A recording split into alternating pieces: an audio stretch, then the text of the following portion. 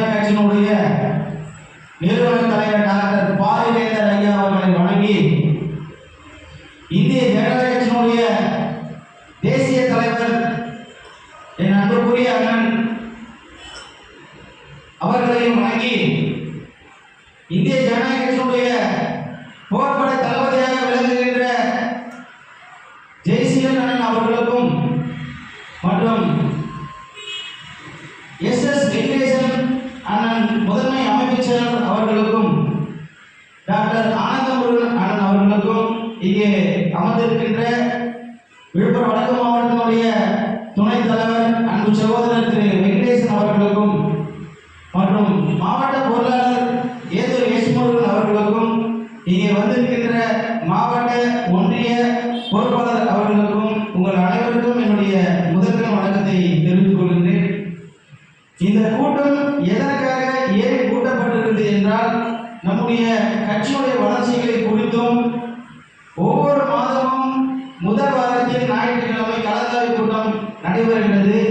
அதற்கு 2 நாளைக்கு முன்பு ஒரு சில நபர்களை வைத்து உங்களை எல்லாரும் தொலைபேசியில் அழைத்து நீங்கள் எல்லாம் இந்த கூட்டத்தில் கலந்து கொள்ள வேண்டும் என்று தகவல் கொடுத்திருந்தோம். இந்த கூட்டத்திற்கு பெரும்பான்மையோர் வந்திருந்தீர்கள். இன்னும் சில நபர்கள் வரவில்லை. சரியான காரணங்களும் தெரியப்படுத்தவில்லை. இன்றைக்கு இருக்கின்ற சூழ்நிலையில் இன்றைக்கு ஐஜேக்களுடைய தொழிற்சங்கம் கிட்டத்தட்ட 2000 நபர்களை கடந்துவிட்டது. மிகப்பெரிய ஒரு பிரச்சனை வளர்ந்து கொண்டிருக்கிறது. இரும்பு கடை தொழிற்சங்கம் பார்த்தீங்கன்னா கிட்டத்தட்ட விழுப்புரம் மாவட்டத்தில் இருக்கிற கிட்டத்தட்ட 90% எல்லாமே நன்கு வசதி படைத்தவர், மற்ற அமைப்புகள் இருந்தவர்கள். அவர்களெல்லாம் ஐஜேக்களுடைய தொழிற்சங்கத்தில் எதற்காக வந்தார்கள், ஏன் வந்தார்கள் என்று நீங்கள் எல்லாம் சிந்தித்து பார்க்க வேண்டும். ஐஜேகே தொழிற்சங்கம் அவர்களுக்கு சிறப்பாகவும் செம்மையாகவும் செய்யும் என்ற நம்பிக்கையின் அடிப்படையில் தான் ஐஜேகேவுடைய தொழிற்சங்கத்தில் இணைந்தார்கள்.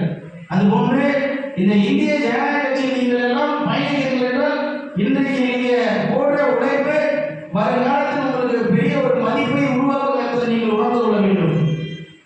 என் அன்புக்குரிய சகோதர சகோதரிகளே, இது சாதாரண கூட்டம் அல்ல. இந்த சிறிய கூட்டம் இன்னும் ஒரு வருடங்களில் மிகப்பெரிய ஒரு வளர்ச்சியை உருவாக்கும். நிறைய நபர்கள் பொறுப்புகளை மாவட்ட பொறுப்பில் பெற்றிருக்கீங்க, ஒன்றிய பொறுப்பை பெற்றிருக்கீங்க. அந்த மாவட்ட பொறுப்பை பெற்ற இன்ன தேதி வரைக்கும் சரியாக நீங்க அந்த பொறுப்பு தகுந்த மாதிரி இருக்கிறீங்களா என்று கொஞ்சம் சிந்தித்து பார்க்கணும். இது வரைக்கும் பொறுப்பு பெற்ற எத்தனை பேர் பொறுப்பாளர்களை போட்டிருக்கீங்க? எந்த பொறுப்புமே போடாம பொறுப்பை பெற்றிருந்து பிரயோஜனமே இல்லையே. நீங்களாம் யோசிக்கணும். நம்ம எதற்காக வந்தோம், ஏன் வந்தோம் சிந்திக்கணும். ஒரு பொறுப்பு நீங்க வாங்குறீங்கன்னா அந்த பொறுப்பு வேலை செய்யணும்.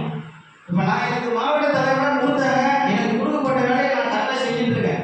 எனக்கு இதில் ராஜேஷ் முக்கியம், இல்லை வெங்கடேஷ் முக்கியம், இல்லை ஐநார் முக்கியம், இப்படிலாம் நடக்கல. என்ன பொறுத்த வரைக்கும் நான் உங்களுக்கு ஒரு தாய் தகவலும் போன்று ஒரு எல்லாரும் ஒரு சிறந்த தலைவராக வழிநடத்தி கொண்டிருக்கின்றேன். யாரும் தவறு செய்யாத மனிதர்களே கிடையாது. சில சமயம் நானே எல்லாரையும் தவறு செய்திருக்கலாம். என்னுடைய குறையை ஏகிட்ட சொல்லி காட்டுங்க. ஏதாவது தவறு நானே திருத்திக்கிறேன். சில விஷயம் நல்லதுக்காக தான் சொல்லுங்க, அதெல்லாம் புரிஞ்சுக்கிங்க. நமக்குள்ள எந்த கசப்பான அனுபவங்கள் இருந்தாலும் என் மீது குற்றச்சாட்டு சொல்லணும், இல்லை உங்கள் மீது எனக்கு எந்த கசப்பும் இல்லை, அதுபோல ஏதாவது இருந்தாலும் இந்த கூட்டத்திலிருந்து அது மனசுல விட்டுருங்க. நீங்கள் எல்லாம் நம்ம எல்லாம் ஒரு சகோதர தோணோடு ஜாதி மதம் இனம் வேறுபாடு இன்றி நம்ம எல்லாம் ஒற்றுமையாக பயணிப்போம். இப்போ பார்த்தீங்கன்னா தொழிற்சங்கம் மிக சிறப்பாக நீங்கள் தமிழ்நாட்டிலே நம்ம தொழிற்சங்கம் மிக ஒரு மற்ற தொழிற்சங்கத்தில் நம்ம ஐடியோட தொழிற்சங்கம் சிறப்பாக வளர்ந்துட்டு இருக்கு. இளையவேந்தர் ஐயா கிட்ட இப்போ 2 நாள் முன்னாடி அவர் பிஏ கிட்ட பேசியிருக்கேன்.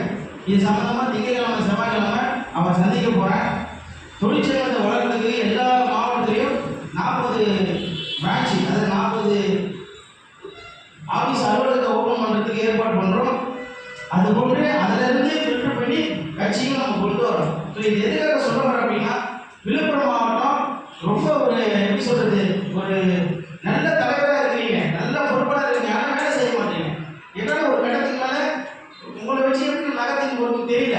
அப்போ நான் என்ன பண்ணுவேன், தொழிற்சங்கத்தில் இருந்து நல்ல இப்போ கட்சிக்கு வர்றது கிட்டத்தட்ட எங்கே சொன்னாங்க, ஏன் கேட்டீங்க ஒரு 60-70 பேர் விருப்பமான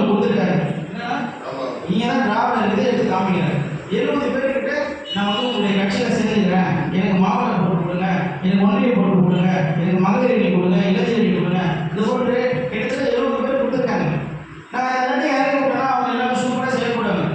எதுக்காக நான் அவங்களே வச்சு புஷ் பண்ணி போறேன்னா, அதாவது விதை போட்ட காலத்துல இருந்து வளர வரைக்கும் நீ என் கூட இருக்கணும்னு நினைக்கிறேன்.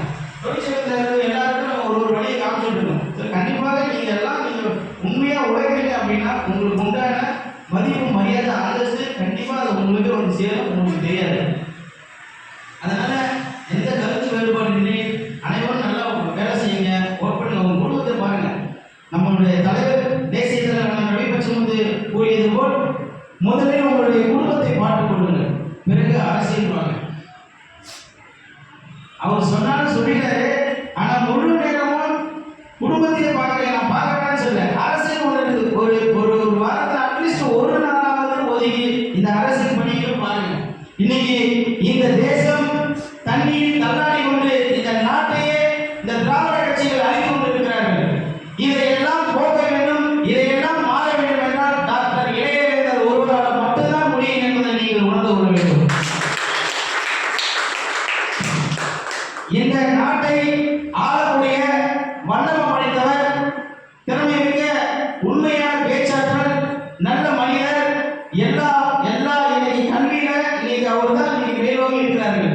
இன்னைக்கு இந்த நாட்டிற்கே அறிவை ஊட்டிக் கொண்டிருக்கிற ஒரு அற்புதமான தலைவரை நாம் கண்டிருக்கிறோம் என்றால் இந்த தமிழ்நாடு வரவேற்க தயாராக இருக்கின்றது. ஆனால் மக்களிடத்தை கொண்டு போய் சேர்ப்பதற்கு நீங்கள் அதற்கு உறுதுணையாக இருக்க வேண்டும்.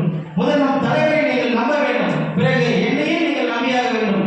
அந்த கட்டத்தில் இருந்தால் மட்டும்தான் இந்த கட்சி மிகப்பெரிய ஒரு அசுர வேகத்தில் வளரும் என்பதற்கு மாற்று கருத்தில் என்பதை தெரிவித்துக் கொள்கிறேன். மற்றும் இந்த கூட்டத்தில் நாம் ஒரு சில முக்கிய கருத்துக்களை பதிவு செய்ய விரும்புகின்றேன். திரு துணைத் தலைவர் திரு வெங்கடேசன் அவர்கள்